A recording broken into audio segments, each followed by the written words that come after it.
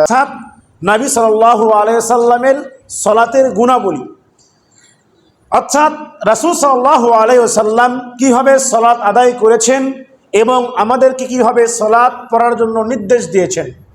যদিও আমরা মনে করব যে আমরা তো নিয়মিত সালাত আদায় করি, আমরা তো নিয়মিত সালাত পড়ি, আমরা সালাতের নিয়ম কানুন জানি, এই কথা হয়তো আপনার আমার মনের ভিতরে আসবে।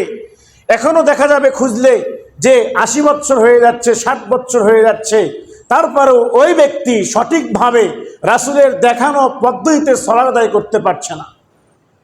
হয়তো রুকু করলে সাজদা হচ্ছে না, সাজদা করলে রুকু হচ্ছে না, এরকম সমস্যা আমাদের ভিতরে রয়েছে। যদি আমরা এই সালাতগুলোকে রাসূলের পদ্ধতিতে আদায় করতে না পারি, যদি আমরা সালাতের ভিতরে যদি আমরা অলসতা করি, তাহলে এই সালাত, এই নামাজ আপনার আমার কোনো কাজেই আসবে না। আল্লাহ সুবহানাহু ওয়া তাআলা বলেছেন সূরা মাউনের মধ্যে, ফাওয়াইলুল লিল মুসাল্লিন আল্লাযীনা হুম আন সালাতিহিম সাহুন। ধ্বংস ওই সমস্ত মুসল্লিদের জন্য যারা সালাত থেকে উদাসীন, অর্থাৎ নামাজ সম্পর্কে গাফেল। সালাত আপনি আমি পড়ছি, ঠিকই আদায় করছি, কিন্তু সালাতের ভিতরে যেই ওয়াজিব, যেই সুন্নাত, যেই আপনার শর্তগুলো রয়েছে, এগুলো আপনি আমি আদায় করছি না। তাহলে আজকের বক্তব্য যদি আপনি মনোযোগ সহকারে শুনতে পারেন বা বোঝার চেষ্টা করেন, তাহলে ইনশাআল্লাহ রাসূল সাল্লাল্লাহু আলাইহি সাল্লামের সালাত আদায়ের পদ্ধতি আপনি জানতে পারবেন এবং বুঝতে পারবেন, এবং আপনার আমার যেই ভুল রয়েছে এই ভুলটা সংশোধন হয়ে যাবে। যারা সালাত হিফাজত করে না, যারা সালাতে উদাসীন, যারা গাফেল, এদেরকে আল্লাহ রাব্বুল আলামিন পবিত্র কোরআনে মুনাফিকদের সাথে তুলনা করেছেন। আল্লাহ সুবহানাহু ওয়া তাআলা সূরা নিসার 142 নম্বর আয়াতে তিনি বলছেন, ইন্নাল মুনাফিকিনা ইউখাদিউনা আল্লাহ ওয়া হুয়া খাদিউহুম। আল্লাহ তাআলা বলছেন, নিশ্চয় মুনাফিকরা আল্লাহকে ধোকায় ফেলে, কিন্তু আল্লাহ তাআলা বলছেন তারা আমাকে ধোঁকা ফেলে না, বরং তারা নিজেরাই ক্ষতিগ্রস্ত অন্তর্ভুক্ত হয়, তারাই ধোঁকায় নিমজ্জিত হয়। ওয়াইদা কামু ইলাস সালাত, যখন তারা মানে মুনাফিকরা যারা সালাতে দাঁড়ায়, কামু কুসালা, তারা অলস ভারে সালাতে দাঁড়ায়।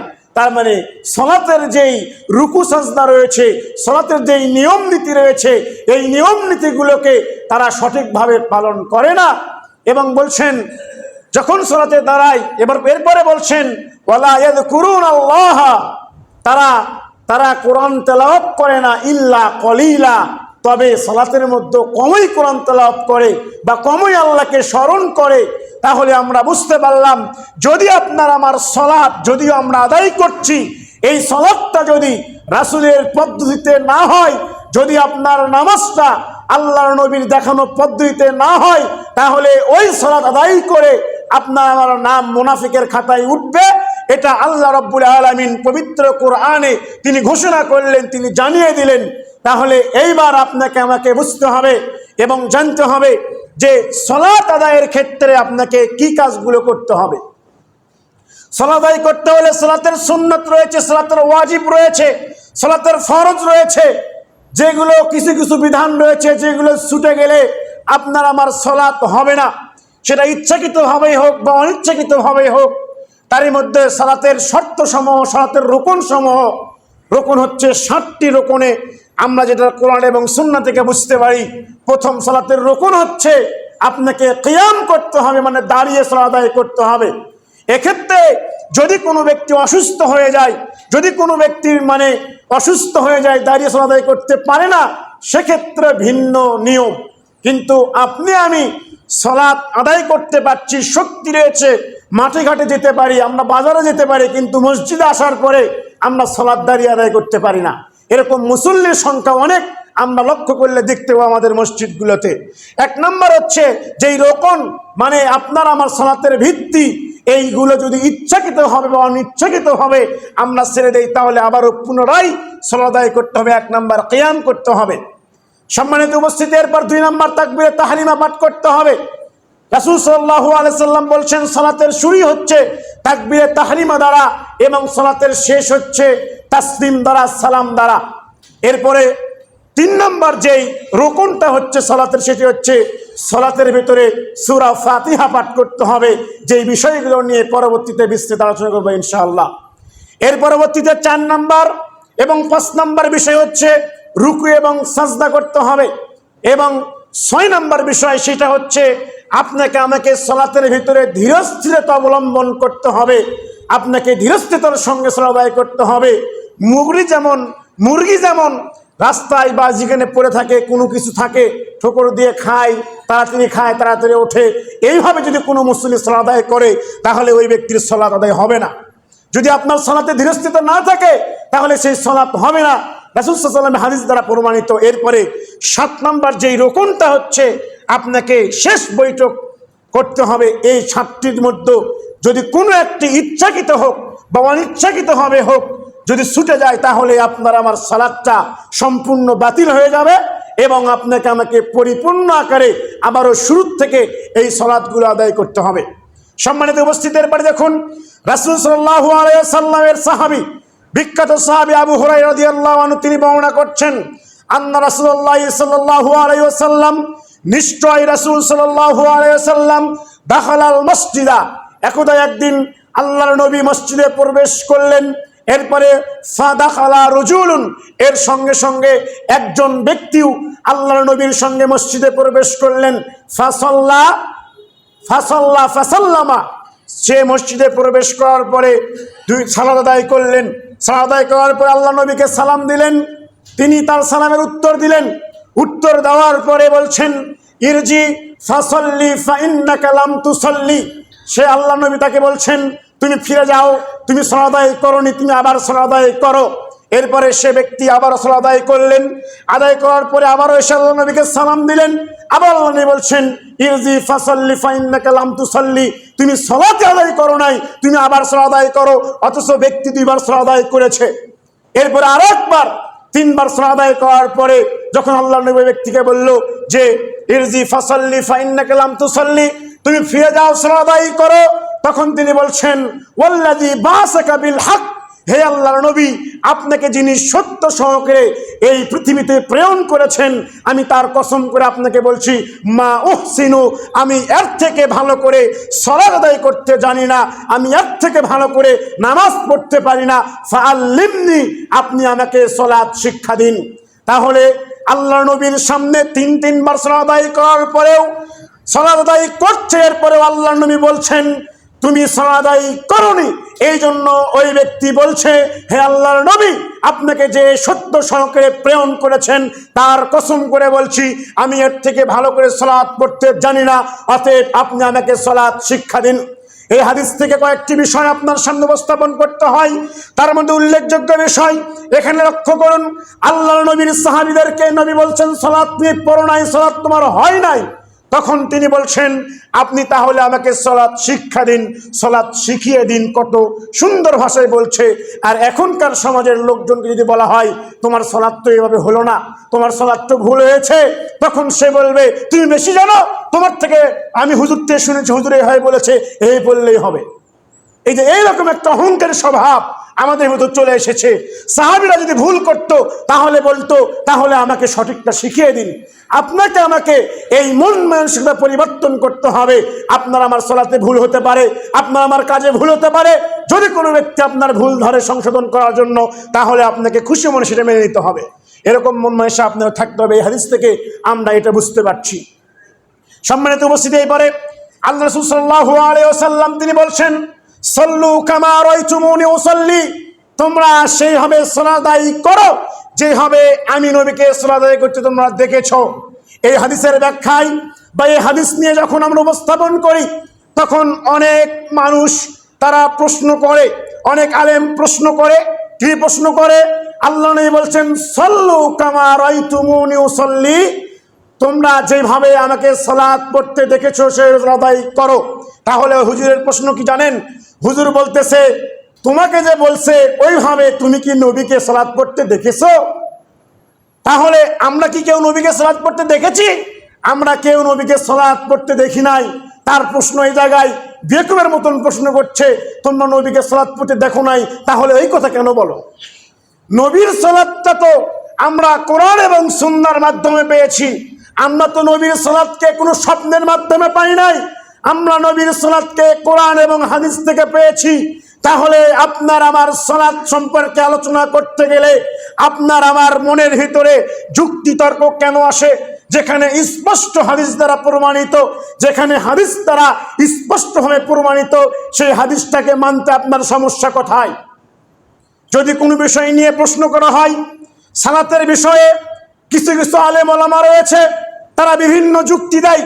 যুক্তি দিয়ে বলে যে যেমন সয়াবিন তেল রয়েছে একটা রূপচাঁদা কোম্পানির, একটা ফ্রেশ কোম্পানির, তাহলে আপনি একজন খায় ফ্রেশের, একজন খায় রূপচাঁদার, তাহলে যে যেটা খায় তার কাছে সেটা ভালো লাগবে।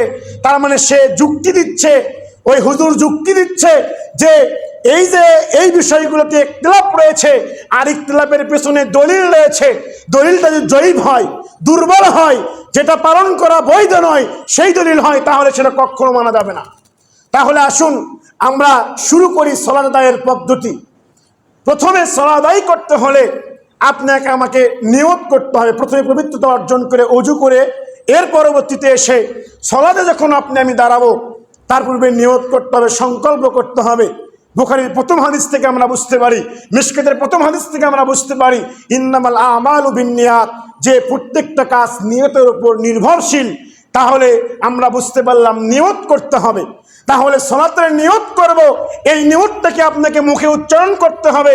নাওয়াইতু আন উসাল্লি, এইভাবে যে নিয়তগুলো আমাদের সমাজে প্রচলিত রয়েছে, এগুলো কোরআন এবং সুন্নাহর কোনো ভিত্তি নেই। নিয়ত করতে মনে মনে, নিয়ত হচ্ছে অন্তরের সংকল্প। আমি মসজিদে আসছি, আমার নিয়ত হচ্ছে আমি সালাত আদায় করবো, এটা অন্য কোনো নিয়ত নেই। আপনাকে আলাদা করে নিয়ত করতে হবে না যে জোহরের 4 রাকাত, আসরের 4 রাকাত বা ফজরের 2 রাকাত সালাতের জন্য আমি নিয়ত করলাম, এরকম আলাদাভাবে নিয়ত করার কোনো কোরআন এবং সুন্নাহ দ্বারা প্রমাণিত নয়। এরপরে দ্বিতীয় কাজ হচ্ছে, যখন আমি সালাত আদায় করব, এরপরে তাকবীর আর ইকামত দিতে হবে। ইকামত দেওয়ার পরে যদি জামাতের সালাত হয়, যদি জামাতবদ্ধ সালাত হয়, তাহলে ইমাম সাহেবের দায়িত্ব হবে, ইমাম সাহেব মুসল্লিদেরকে নিয়ে মুসল্লির দিকে তাকিয়ে সে কি বলবে যে তোমরা পরস্পরে কাতারকে সোজা করো এবং কাতারের মধ্যে ফাঁকা জায়গা পূরণ করো। সাফু সুফুফাকুম ফাইন্না তাসফিয়াতুস সালাতি মিন তামামিস সালাত, তোমরা তোমাদের কাতারগুলোকে সোজা করো, তোমরা পরস্পরের পায়ের সঙ্গে পা মিলিয়ে দাও এবং তোমরা তোমাদের মধ্যে ফাঁকা জায়গা পূরণ করো। কেননা কাতার সোজা করা এবং ফাঁকা জায়গা পূরণ করা হচ্ছে সালাতের পরিপূর্ণতা। তাহলে রাসূল সাল্লাল্লাহু আলাইহি ওয়াসাল্লামের হাদিস থেকে আমরা বুঝতে পারলাম। অনেকে আবার প্রশ্ন করবে, অনেকে বলবে যে পায়ের সঙ্গে পা মিলাতে হবে কেন? পায়ের সঙ্গে পা মিলালে বড়দেরকে অসম্মান করা হয়। যেখানে রাসূল সাল্লাল্লাহু আলাইহি ওয়াসাল্লাম বলেছেন যে কদমাহু কদমা, এবং কদের সাথে কাঁধ এবং ঘাড়ের সঙ্গে ঘাড় মিলিয়ে সালাত আদায় করার কথা আল্লাহর নবী বলেছেন। সেখানে আপনার আমার হুজুর বলছে যে পায়ের সঙ্গে পা লাগালে বড়কে অসম্মান করা হয়।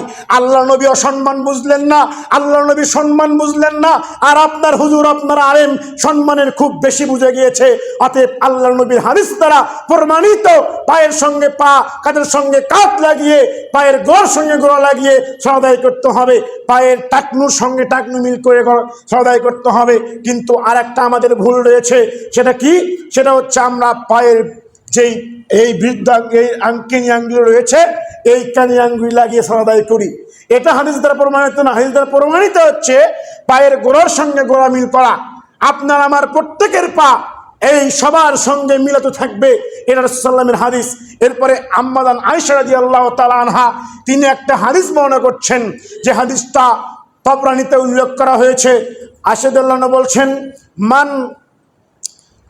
আয়েশা রাদিয়াল্লাহু তাআলা তিনি বলছেন যে ব্যক্তি কি করলো, যে ব্যক্তি কাতারের মধ্যে ফাঁকা জায়গা পূরণ করলো, রাফাহুল্লাহু বিহি দারাজাতান, যে ব্যক্তি কাতারের মধ্যে ফাঁকা জায়গা পূরণ করলো, সেই ব্যক্তির জন্য আল্লাহ রাব্বুল আলামিন তার মর্যাদা বৃদ্ধি করে দিল 1। 2 নম্বর বলছেন বানা লাহু বাইতাম ফিল জান্নাহ, যদি কোনো ব্যক্তি কাতারের মধ্যে ফাঁকা জায়গা পূরণ করে, বন্ধ করে, আল্লাহর নবী বলছেন, আয়েশা রাদিয়াল্লাহু তাআলা আনহা তিনি বলছেন, আল্লাহর নবী বলেছেন বানা লাহু বাইতাম ফিল জান্নাহ, ওই ব্যক্তির জন্য জান্নাতের মধ্যে আল্লাহ রাব্বুল আলামিন একটা ঘর নির্মাণ করে। সুবহানাল্লাহ। তাহলে এত সুন্দর সহিহ হাদিস দ্বারা প্রমাণিত, এত সুন্দর রাসূলের কথা দ্বারা প্রমাণিত, তারপরেও আপনার আমার হুজুরের দোহাই যায় না, আপনার আমার মাযহাবের দোহাই যায় না। আপনাকে বলতে চাই, এই আলোচনা শোনার পরেও যদি আপনি বক্তব্যের সাথে আমল না করেন, তাহলে আপনি মুনাফিকের খাতায় নাম লিখাবেন, আপনার নাম উঠবে মুনাফিকের খাতায়। কারণ আমি এখানে দাঁড়িয়ে আমার দায়িত্ব রয়েছে, কর্তব্য রয়েছে, এখানে দাঁড়িয়ে আমি কোরআন এবং সুন্নাহর বাহিরে কোনো কথা বলার সুযোগ আল্লাহ রাব্বুল আলামিন এবং রাসূল সাল্লাল্লাহু আলাইহি সাল্লাম আমাদেরকে দেয় নাই। তাই আপনাদেরকে রাসূলের সুন্নাহ থেকেই আপনাদের সামনে সালাতের পদ্ধতি উপস্থাপন করছি। সম্মানিত উপস্থিতি, এরপরে দেখুন রাসূল সাল্লাল্লাহু আলাইহি সাল্লামের সালাতের গুণাবলীর মধ্যে অন্যতম গুণাবলী হচ্ছে এরবার আল্লাহু আকবার বলে কাঁধ অথবা কান বরাবর হাত উত্তোলন করতে হবে। অর্থাৎ একটা হাদিস আবু হুরায়রাতে বর্ণিত, সে হাদিসে উল্লেখ করা হয়েছে বুখারীর মধ্যে যে কাঁধ বরাবর হাত উত্তোলন করতে হবে। আর একটা ওয়াইল ইবনে হজর থেকে বর্ণিত, সেখানে উল্লেখ করা হচ্ছে কানের লতি বরাবর আপনাকে রাফুল ইয়াদাইন করতে হবে। অর্থাৎ আপনি এবং আমি কাঁধ অথবা কানের লতি বরাবর রাফুল ইয়াদাইন করে সালাত আদায় করতে হবে।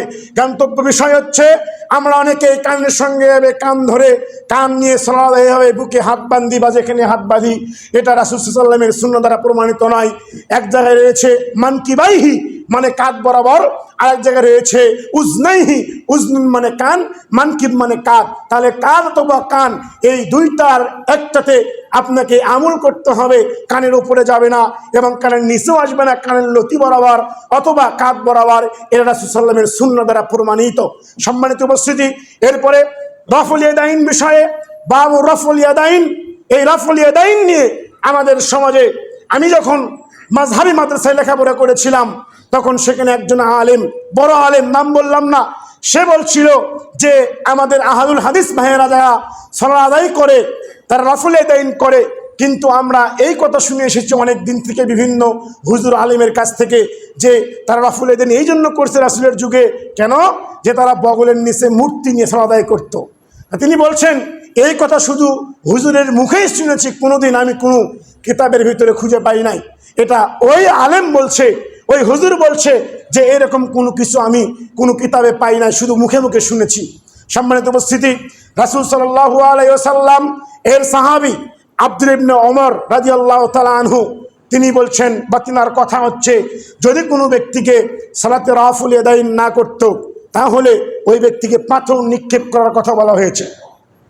এমনকি ইমাম বুখারী রাহিমাহুল্লাহ 17 জন সাহাবী এবং এর পরবর্তীতে জান্নাতের সুসংবাদ প্রাপ্ত 10 জন সাহাবী সহ 50 জন সাহাবীর বরাতে হাদিসগুলো বর্ণনা করা হয়েছে এবং বিভিন্ন আসার থেকে, বিভিন্ন কওল থেকে প্রায় 400টি হাদিস রয়েছে রাফুল ইয়াদাইন করার ব্যাপারে। আর তারা বলছে হাদিসগুলো মানসুখ হয়ে গিয়েছে।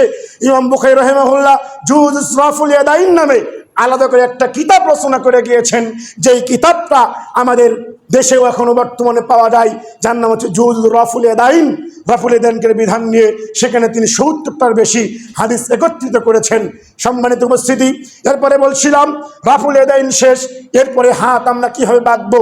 এরপরে হাত বাঁধার 3টি হাদিস রয়েছে, 3টি পদ্ধতি রয়েছে। বুখারী মুসলিম থেকে প্রমাণিত যে হাতের ওপর হাত রাখবে এইভাবে।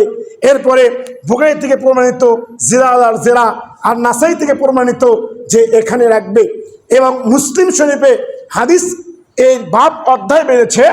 অধ্যায়টা হচ্ছে কি, যে যে আল্লাহর ওই হাদিসের অধ্যায় তিনি বলছেন, মুসলিমের প্রথম খণ্ডে বলছেন যে হাত বাঁধার ক্ষেত্রে ফাওকাস সুররা না তাহতাস সুররা, তাহতাল মানে বুকের নিচে এবং নাভির উপরে। হাদিসের অধ্যায় বেঁধেছে যে বুকের নিচে নাভির উপরে, কিন্তু নাভির নিচের কথা বলা হয়, নাভির উপরের কথা বলা হয়েছে। সেই হাদিস যদি আমরা অনুসরণ করি, তাহলে সেই অধ্যায়তে যদি আমরা কোনো জ্ঞান নেই, তাহলে আপনার হাত বুকেও থাকছে না, নাভির নিচেও যাচ্ছে না, তাহলে পেটের উপর থাকছে। এরকম পদ্ধতি। যাই হোক, এই 3টি পদ্ধতিতে আপনাকে আমাকে সালাত আদায় করতে হবে। এরপরে আউযু বিল্লাহ বিসমিল্লাহ বলে ছানা পাঠ করতে হবে।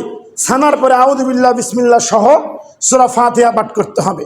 এর মর্মে রাসূল সাল্লাল্লাহু আলাইহি সাল্লাম বলছেন, লা সলাতা লিমান লাম ইয়াকরা বিফাতিহাতিল কিতাব, যে ব্যক্তি সূরা ফাতিহা পাঠ করলো না সে ব্যক্তির সালাত হলো না। তার মানে এখন প্রশ্ন, ইমামের পিছনে আমরা যখন জামাতে নামাজ পড়ব তখন ইমাম সাহেব কেরাত পড়ছে, এই সময়ে কি আমরা সূরা ফাতিহা পাঠ করব কি না?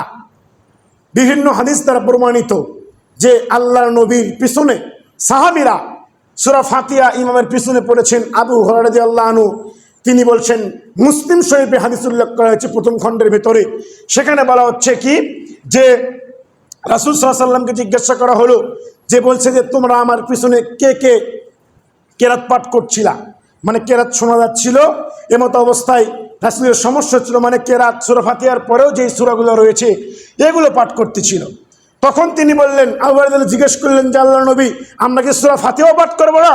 তখন তিনি বললেন তোমরা সূরা ফাতিহা পাঠ করবে আর অন্য কোনো সূরা পাঠ করবে না। এটা রাসূল সাল্লাল্লাহু আলাইহি ওয়াসাল্লামের হাদিস দ্বারা প্রমাণিত।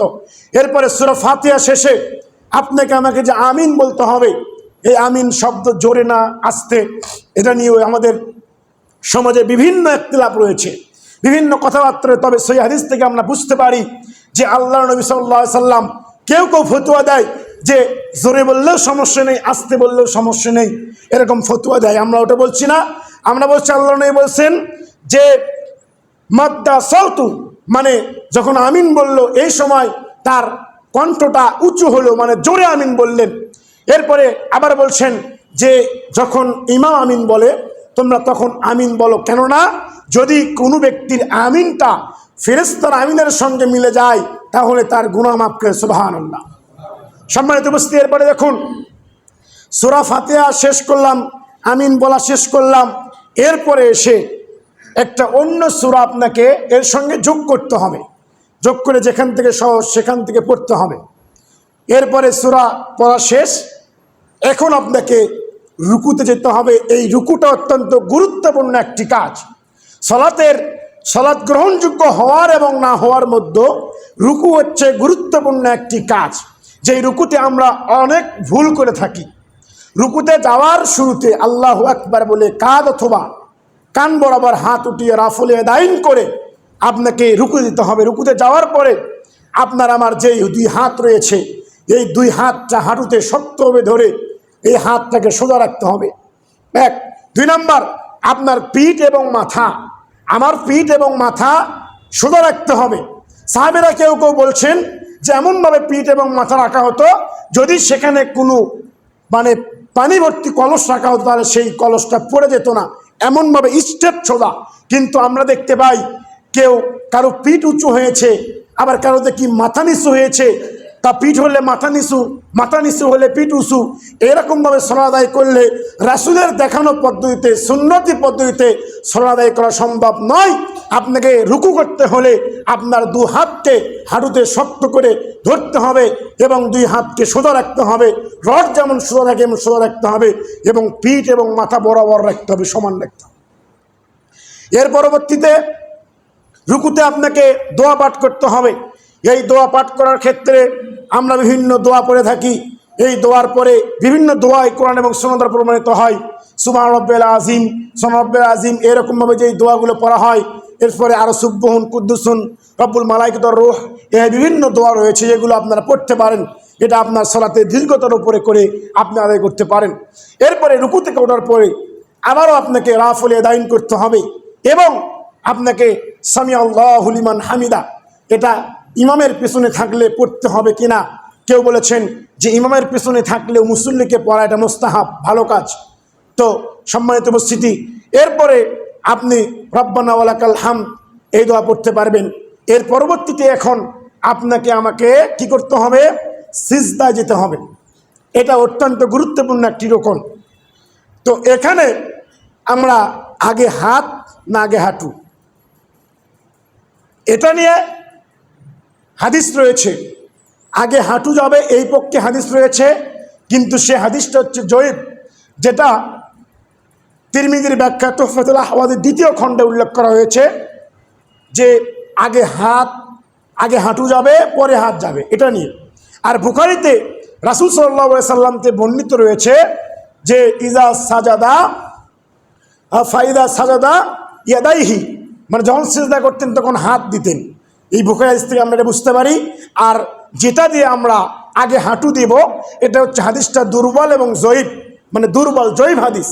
সম্মানিত উপস্থিতি, এরপরে রুকুতে থেকে সিজদায় যাওয়ার পরে রাসূল সাল্লাল্লাহু আলাইহি সাল্লামের সাহাবী আনাস রাদিয়াল্লাহু তাআলা আনহু তিনি বলছেন যে যখন কোনো মানুষ সিজদা করে, ইজা সাজাদা আহাদুকুম সাজাদা মাআহু সাবাতা আযাইন, যখন কোনো ব্যক্তি সিজদা করে, এখানে কোনো ইখতিলাফ নেই। আল্লাহর নবীর হাদিস বলছেন, আনাস রাদিয়াল্লাহু বলছেন যে যখন কোনো মানুষ সিজদা করে, সাজাদা মাআহু সাবা আযাইন, তার সঙ্গে 7টি অঙ্গ প্রত্যঙ্গ সিজদা করে। এর পরবর্তী হাদিসটা আবু দাউদের, তিরমিজির, তার পরবর্তী হাদিসে আনাস রাদিয়াল্লাহু আনহু তিনি বলছেন যে উমিরান নবী সাল্লাল্লাহু আলাইহি ওয়াসাল্লাম আন ইয়াসজুদা আলা সাবাতি আযাইন ওয়ালা ইয়াকাফফু শা'রাহু ওয়ালা সিয়াবাহ। এই হাদিস থেকে আমরা বুঝতে পারছি যে আল্লাহর নবীকে আদেশ দেওয়া হয়েছে বা আদিষ্ঠিত হয়েছে 7টি অঙ্গের উপরে সালাত আদায় করার জন্য। 7টি অঙ্গ কি? এই 7টি অঙ্গের ব্যাখ্যায় তুহফাতুল আহওয়াদির প্রথম খণ্ডের ভিতরে ওই হাদিসের নিতে সারা লিখেছেন, ব্যাখ্যা লিখেছেন লেখক। তিনি এখানে বলছেন 7টি অঙ্গের প্রথম অঙ্গ হচ্ছে নাক এবং কপাল, এই দুইটা মিলে 1টি অঙ্গ, এবং 2 হাতের তালু মিলে 2টি অঙ্গ, তার 4টি হলো, মানে এটা নাক এবং কপাল 1। এরপরে হচ্ছে 2 হাতের তালু, 2 পায়ের 2 হাঁটু এবং 2 পায়ের 2 বৃদ্ধাঙ্গুলি। এই 7টি অঙ্গ মাটির সঙ্গে লাগিয়ে আপনাকে কি করতে হবে? সিজদা করতে হবে। এ সময় লক্ষ্য রাখতে হবে যেন আপনার আমার হাতটা যেন মাটিতে পুকুরের মতন বিছিয়ে না থাকে। তো সিজদায় যাওয়ার পরে আমাদের হাতটা মাথা, কেউ কোনো হাদিসে বলেছেন কাঁধ বরাবর রাখবে সিজদায় গিয়ে, আর কোনো হাদিসে বলেছে কানের লতি বরাবর বা কান বরাবর রাখবে, মানে এইভাবে রাখলে, এবং সাজদা হবে লম্বা, যেন আপনার আমার নিচ দিয়ে একটা ছাগলের বাচ্চা যেতে পারে, এটা রাসূল সাল্লাল্লাহু আলাইহি ওয়াসাল্লাম তিনি বলেছেন। কিন্তু দুঃখের সাথে বলতে হয় যে আমরা এগুলো জানার পরেও আমরা সাজদা এমনভাবে করি, মানে আঁটুচিভাবে করি যে তার ভিতরে আমার মানে এই হাতটা এখানে ঠেকে গিয়েছে, এখানে ঠেকে গিয়েছে। এভাবে সালাত আদায় করলে রাসূলের পদ্ধতিতে সালাত হবে না। এই হাদিসে আরেকটা কথা বলা হচ্ছে, ওয়ালা ইয়াকাফফু শা'রাহু ওয়ালা সিয়াবাহ, যে তোমাদের কোনো ব্যক্তি যেন কাপড় গুটিয়ে না রাখে, সালাতে কাপড় গুটিয়ে না রাখে এবং চুল বেঁধে না রাখে। তবে নারীদের ক্ষেত্রে ভিন্ন। নারীদের ক্ষেত্রে এখানে তারা তাদের চুল বেঁধে রাখতে পারে, তবে তাদের চুল বা তাদের মুখমণ্ডল ব্যতীত, হাত এবং পায়ের তালু ব্যতীত সব কিছু ঢেকে সালাত আদায় করবে। আর পুরুষের ক্ষেত্রে কাঁধ এবং কাঁধ থেকে শুরু করে হাঁটুর নিচ পর্যন্ত ঢেকে তাদেরকে সালাত আদায় করতে হবে। আর আরেকটা বিষয়, রাসূল সাল্লাল্লাহু আলাইহি সাল্লাম তিনি বলেছেন যে আমরা দেখতে পাই যে কাপড়কে জড়িয়ে রাখা নিষেধ করলেন। তার মানে আমরা যখন উজু করে আসি, উজু করে আসার পরে সালাতে এই যে আমরা কাপড়টা গুটিয়েছিলাম উজু করার সময়, এই হাতটা আমরা না ছাড়িয়ে দিয়ে সালাত শুরু করে দেই, অথচ রাসূল সাল্লাল্লাহু আলাইহি ওয়াসাল্লাম এটা নিষেধ করেছেন, অপছন্দনীয় কাজ। অতএব সালাতে যদি আপনার আমার কোনো ব্যক্তির কি থাকে, হাতগুলো জড়ানো থাকে, এগুলো ছাড়িয়ে দিতে হবে। আর একটা সবচেয়ে বড় সমস্যা হচ্ছে কি জানেন, সেটা হচ্ছে যারা আমরা পুরুষ মানুষ তাদেরকে টাকনুর নিচে কাপড় পর্যন্ত হারাম করেছেন। টাকনুর নিচে কাপড় পরলে জাহান্নামে যাবে, এই কথা আল্লাহ রাসূল সাল্লাল্লাহু আলাইহি ওয়াসাল্লাম বলেছেন। আমরা এই কাজগুলো করি, যখন ইমাম সাহেব বলে টাকনুর উপরে কাপড় উঠান, তখন কাপড় উঠিয়ে দেই, আবার মসজিদ থেকে বাইরে যাওয়ার পরে আবার কাপড় নামিয়ে দিয়ে আবার হাঁটতে শুরু করি। তাহলে আপনার পরিবর্তন কোথায়? আমল কোথায়? তাহলে এটা শুধুমাত্র নামাজের জন্য আপনি উঠালেন, নামাজের পরে বাইরে গেলেন, আবারও আপনার পা জাহান্নামের ভিতর ঢুকিয়ে দিলেন। সম্মানিত উপস্থিতি, অতএব আসুন আমরা এই বিষয়গুলো লক্ষ্য রাখব। এরপরে যে কথাগুলো বলছিলাম সেই কথা হচ্ছে রুকুতে সিজদায় যাওয়ার পরে যে দোয়াটা পাঠ করার, সেই দোয়া পাঠ করবেন। এরপরে সিজদা থেকে যখন আমি উঠব, ওঠার পরে কীভাবে বসবো? তো এই বসা হচ্ছে আপনাকে বাম পায়ের উপরে বাম উরু রাখতে হবে এবং ডান পাকে খাড়া রাখতে হবে কিবলা দেখি। তো এইভাবে আপনাকে বসতে হবে। এরপরে আবার যখন এরপরে 2 সিজদার মাঝখানে যেই দোয়া রয়েছে, দোয়া পাঠ করতে হবে। তো রাসূল সাল্লাল্লাহু আলাইহি ওয়াসাল্লামের হাদিস থেকে আমরা বুঝতে পারি যে রাসূলুল্লাহ বলেছেন, যখন রুকু থেকে উঠবে, সিজদা থেকে উঠবে, যেন তার প্রত্যেকটা অঙ্গর যে জোড়া রয়েছে, হাড় রয়েছে, এগুলো যেন নিজের স্থানে পৌঁছে যায়। তাহলে যদি আপনি তাড়াহুড়োকে সালাত আদায় করেন, যদি তাড়াহুড়োকে সালাত আদায় করি, তাহলে তো আপনার আমার যেই হাড্ডির জোড়াটা সেটা সেখানে পৌঁছাবে না। তাহলে ধীরস্থতা আপনার তাদিল আর কান এটা তো আপনার আমার থাকবে না। সম্মানিত উপস্থিতি, এরপরে বলছিলাম যদি আপনার সালাত 2 রাকাত বিশিষ্ট হয় সেক্ষেত্রে কিছু নিয়ম পার্থক্য রয়েছে। যদি সালাত 4 রাকাত বিশিষ্ট হয়, 3 রাকাত বিশিষ্ট হয়, তার নিয়ম কিছু পার্থক্য রয়েছে। পার্থক্য বলছে শুরু থেকে প্রথম রাকাত পর্যন্ত দ্বিতীয় রাকাত পর্যন্ত 4 রাকাত বিশিষ্ট সালাতে যদি আপনার 2টা বৈঠক হয়, তাহলে প্রথম বৈঠকে আপনাকে ডান পায়ে বাম পায়ের উপর বাম উরু রাখতে হবে, নিতম্ব রাখতে হবে এবং ডান পা খাড়া রাখতে হবে। এ সময়ে শুধু আত্তাহিয়াতুলিল্লাহ সালাওয়াতু এটাই পাঠ করতে হবে। এরপরে আবার আল্লাহু আকবার বলে দাঁড়িয়ে যেতে হবে। আবার অনুরূপভাবে আরও 2 রাকাত সালাত আদায় করে সর্বশেষ বৈঠক, অর্থাৎ যেই বৈঠকে আপনি আমি সালাম ফিরাবো, মানে যেই বৈঠকে সালাম ফিরাবো মানে ওটাই শেষ বৈঠক। 2 রাকাত হোক, 4 রাকাত হোক বা 3 রাকাত হোক, শেষ বৈঠকের নিয়ম হচ্ছে যে আপনার এই বাম পাটা ডান পায়ের নিচ দিয়ে ঢুকিয়ে দিতে হবে। ঢুকিয়ে দেওয়ার পরে বাম পা খাড়া রাখতে হবে। এরপরে যখন তাশাহুদ পড়ব, দুরূদ ইব্রাহিম পড়ব এবং দোয়া মাসুরা পড়ব, তখন আপনার আমার এই 2 হাতটা 2 হাঁটুর উপর বরাবর থাকবে। এরপরে ডান হাতটাকে 53 আঙ্গুলের মতন করে বাঁকা করে আপনাকে আমরা যতক্ষণ পর্যন্ত দোয়া পাঠ করব, আমরা যতক্ষণ পর্যন্ত দোয়া পাঠ করবো মানে তাশাহুদ পড়ব, যতক্ষণ আমরা দুরূদ ইব্রাহিম পড়ব, যতক্ষণ পর্যন্ত দোয়ায়ে মাসুরা অন্যান্য দোয়া পড়ব, ততক্ষণ পর্যন্ত এই আঙ্গুলিটা আপনাকে এইভাবে আস্তে আস্তে নাড়াতে হবে। এমনভাবে নাড়াবেন যাতে অন্য কোনো মুসল্লির সমস্যা না হয়। আর এই আঙ্গুল নাড়ানোর সময় আপনার আমার দৃষ্টি থাকবে, আপনার নজর থাকবে এই আঙ্গুলের মাথার উপরে।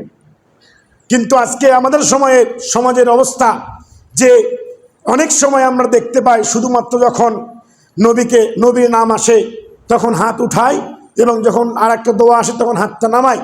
আমরা বিভিন্ন হাদিস থেকে সহিহ ইবনে খুজাইমাতে উল্লেখ করা হয়েছে যে এটা নাড়ানোর উদ্দেশ্য কি।